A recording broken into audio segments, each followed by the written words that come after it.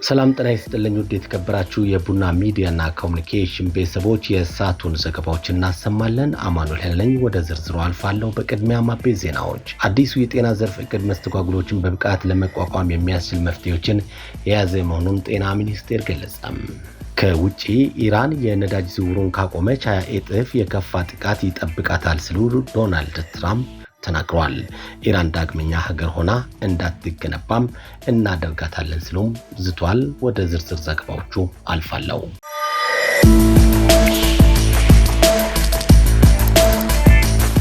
አዲሱ የጤና ዘርፍ እቅድ መስተጓጉሎችን በብቃት ለመቋቋም የሚያስችል መፍትሄዎችን የያዘ መሆኑን ጤና ሚኒስቴር ገለጸ። ሁለተኛው የጤና ዘርፍ ልማት ኢንቨስትመንት እቅድ በጤናው ዘርፍ ሊያጋጥሙ የሚችሉ መስተጓጉሎችን በብቃት ለመቋቋም የሚያስችሉ የመፍትሄ አቅጣጫዎችን ያካተተ መሆኑን የጤና ሚኒስትሯ ዶክተር መቅደስ ዳባ ገልጸዋል። ሚኒስትሯ ይህንን የገለጹት የጤና ሚኒስቴር በቀጣዮቹ ዓመታት የሀገሪቱን የጤና ስርዓት ለመምራት በተነደፈው አዲስ እቅድ ትግበራ ዙሪያ ከልማት አጋሮችና ከባለድርሻ አካላት ጋር ባካሄደው የጋራ ምክክር መድረክ ላይ ነው።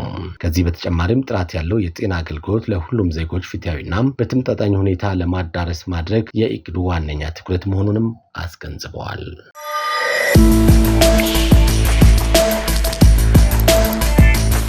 የሚዛን አማን ጤና ሳይንስ ኮሌጅ የመማር ማስተማር ሂደት ተጎብኝቷል። የደቡብ ምዕራብ ኢትዮጵያ ክልል ጤና ቢሮ ኃላፊ አቶ ኢብራሂም ተማም በሚዛን አማን ጤና ሳይንስ ኮሌጅ ያለውን የመማር ማስተማርና የተግባር ማሰልጠኛ ክፍሎችን ጎብኝቷል። ኮሌጁ ተማሪዎቹን ወደ ስራ ከመሰማራታቸው በፊት በቂ ክህሎት እንዲጨብጡ እያደረገ ያለው ጥረት የሚበረታታ መሆኑንም ገልጿል። የኮሌጁ ዲን አቶ ጸጋይ አትርሴ ኮሌጁ የክልሉን የጤና ባለሙያ ፍላጎት ለማሟላትና የትምህርት ጥራት ለማረጋገጥ በቁርጠኝነት እንደሚሰራ ገልጿል።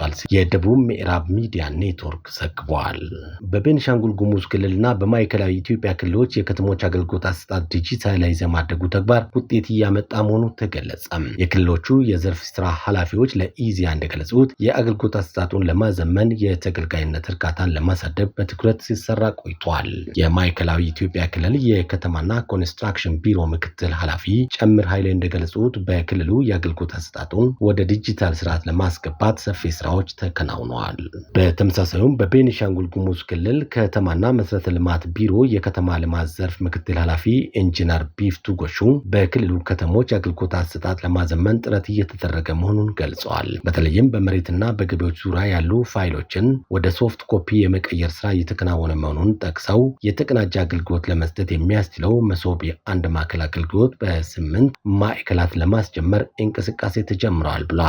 በአሶሳ ከተማ መሶብ የአንድ ማዕከል አገልግሎትን ሙሉ በሙሉ ለመጀመር የግንባታና የፋይሎችን መረጃ ወደ ዲጂታል የማስገባት ስራ እየተከናወነ መሆኑን ኢንጂነር ቢፍቱ መናገራቸውን ኢዜአ ዘግቧል። ከውጪ ኢራን የነዳጅ ዝውውር ካቆመች 20 እጥፍ የከፋ ጥቃት ይጠብቃታል ሲሉ ዶናልድ ትራምፕ ገለጹ።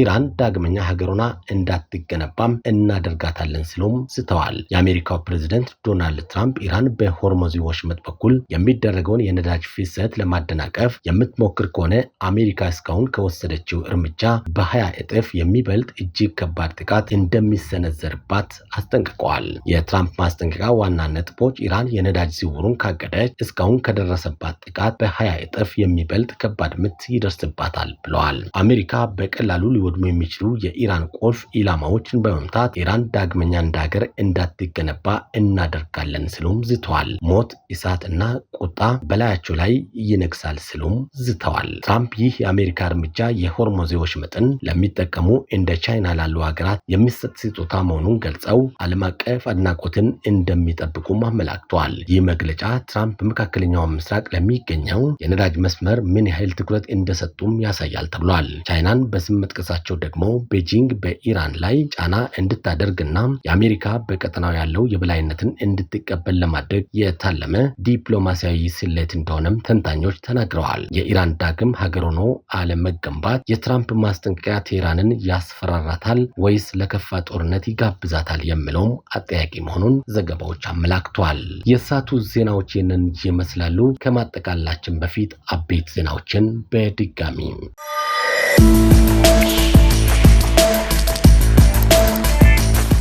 አዲሱ የጤና ዘርፍ እቅድ መስተጋግሎችን በብቃት ለመቋቋም የሚያስችል መፍትሄዎችን የያዘ መሆኑን የጤና ሚኒስቴር አስታውቋል።